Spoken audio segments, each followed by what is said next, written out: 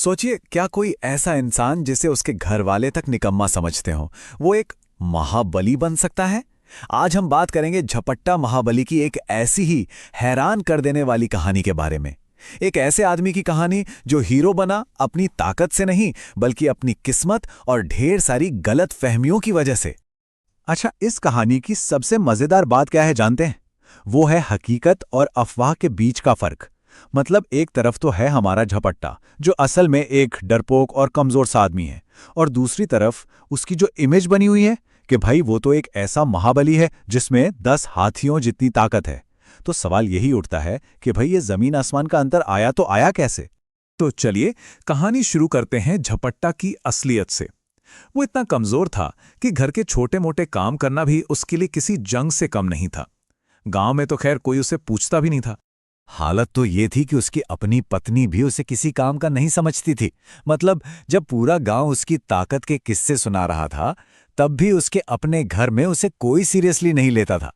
इससे पता चलता है कि उसके परिवार को भी उस पर जरा भी यकीन नहीं था। तो अब देखते हैं कि कैसे एक बिल्कुल मामूली सी घटना ने झपट्टा की किस्मत ही पलट दी और उसकी बहादुरी की झूठी अफवाहें शुरू हो गईं। और ये सब शुरू हुआ एक धोखे से।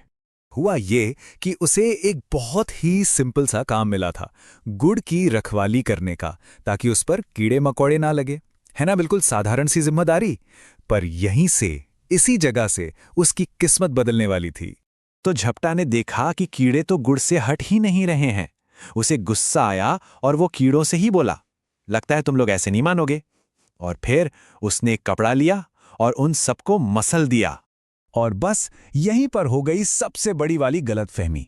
झपट्टा ने तो मसले थे कुछ मामूली से कीड़े, लेकिन दूर से एक आदमी देख रहा था और उसे कुछ और ही नजर आया। उसे लगा कि झपट्टा ने किसी सांप के बच्चों का पूरा घोंसला ही खत्म कर दिया है। अब झपट्टा ने जब ये सब देखा तो उसे लगा, अरे वाह, ये तो बढ़िया मौका है। उसने भी मौके पर चौका मारा और बड़ी शान से बोला, हाँ, मैंने दूर से ही एक ही झपट में सबका काम तमाम कर दिया। और बस यही वो एक छोटा सा झूठ था जिसने उसकी पूरी किस्मत पलट कर रख दी। और ये जो लाइन थी ना, एक झपटे में, ये उसकी पहचान बन गई। ये बात जंगल में आग की तरह फैली और फैलते फैलते राजा के कानों तक भी पहुंच गए। इसके बाद उसकी जिंदगी पहले जैसी नहीं रही। अब देखिए, कहानी कीड़ों से शुरू हुई थी और पहुंच गई एक आदमखोर नरभक्षी तक। इस बार झपट्टा के सामने एक ऐसी चुनौती थी जहां उसकी जान दांव पर लगी थी। ये कोई मजाक नहीं था। हुआ यूं कि राजा ने झपट्टा को बुलवाया और हुक्म दिया कि वो जाके उस नरभक्षी को पकड़े जिसने पूरे राज्य में आतंक मचा रखा था। अब जो झूठी शोहरत उसने कमाई थी, वो उसके गले की हड्डी बन चुकी थी। ये सुनते ही झपट्टा के तो होश ही उड़ गए। वो समझ गया कि अब तो हालत ऐसी है कि आगे कुआं है और पीछे खाई। या तो नरभक्षी से लड़कर मरो या फिर राजा का हुक्म ना मानकर मरो। डर के मारे उसे एक ही रास्ता सूझा, भाग जाओ। उसने पक्का इरादा कर लिया कि वो अमावस्या की काली रात में अंधेरे का फायदा उठाकर चुपचाप राज्य से निकल जाएगा और अपनी जान बचाएगा। लेकिन किस्मत को तो कुछ और ही मंजूर था। जिस रास्ते पर झपट्टा भागने की फिराक में था, ठीक उसी रास्ते पर वो नरभक्षी भांग खाकर बेहोश पड़ा था। झपट्टा को तो अंदाजा तक नहीं था कि खतरा उसके पैरों के नीचे ही सो रहा है। और फिर जो हुआ वो किसी चमत्कार जैसा था। अंधेरे में भागते भागते झपट्टा उस बेहोश नरभक्षी से टकराया और गिर पड़ा।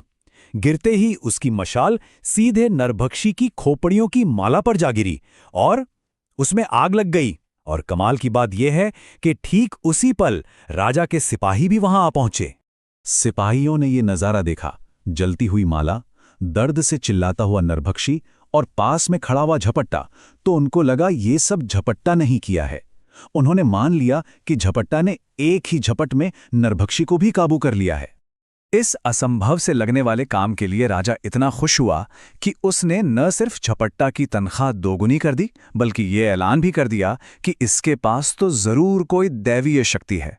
अब वो सिर्फ एक हीरो नहीं था, अब वो दैवीय शक्ति वाला महाबली बन चुका था। अब झपट्टा की झूठी शोहरत का सबसे बड़ा इम्तिहान होना बाकी था। उसे एक ऐसा रोल निभाना था जिसके बारे में उसने सपने में भी नहीं सोचा होगा, एक सेनापति का। हुआ ये कि पड़ोसी राज्य ने जंग का ऐलान कर दिया और राजा ने किसे चुना सेना का नेतृत्व करने के लिए? हमारे झपट्टा को। अब पूरे राज्य की उम्मीदें उसी पर टिकी थीं। झपट्टा ने भागने की एक और कोशिश की, लेकिन इस बार भी नाकाम रहा। उसे जबरदस्ती एक सफेद हाथी पर बिठा दिया गया और युद्ध के मैदान की तरफ भेज दिया गया। बेचारे की तो जान ही निकली जा रही थी। वो बस डर के मारे हाथी को कसकर पकड़े हुए था। लेकिन सबसे मजेदार बात यह है कि दुश्मन की सेना ने क्या देखा। उनकी नजरों में झपट्टा का डर कुछ और ही दिख रहा था। उन्हें लगा कि साक्षात भगवान इंद्र अपने सफेद हाथी पर सवार होकर आ रहे हैं। उसकी सफेद दाढ़ी जो उसने भेष बदलने के लिए लगाई थी, उससे वो और डर गए। हाथी पर डर के मारे जो वो कांप रहा था, उन्हें लगा कि वो हमला करने की तैयारी कर रहा है। उनको लगा कि ये वही महाबली है जो एक झपटे में पूरी सेना को खत्म कर सकता है, और बस वो डर के मारे मैदान छोड़कर ही भाग गए। और इस तरह झपट्टा महाबली ने बिना एक भी तलवार उठाए पूरा का पूरा युद्ध जीत लिया। उसकी किस्मत और लोगों के विश्वास ने उसे हमेशा हमेशा के लिए एक महान योद्धा बना दिया। तो आखिर में एक सवाल तो बनता है कि असली हीरो होता कौन है? वो जिसमें सच में ताकत हो, या फिर वो जिसे लोग ताकतवर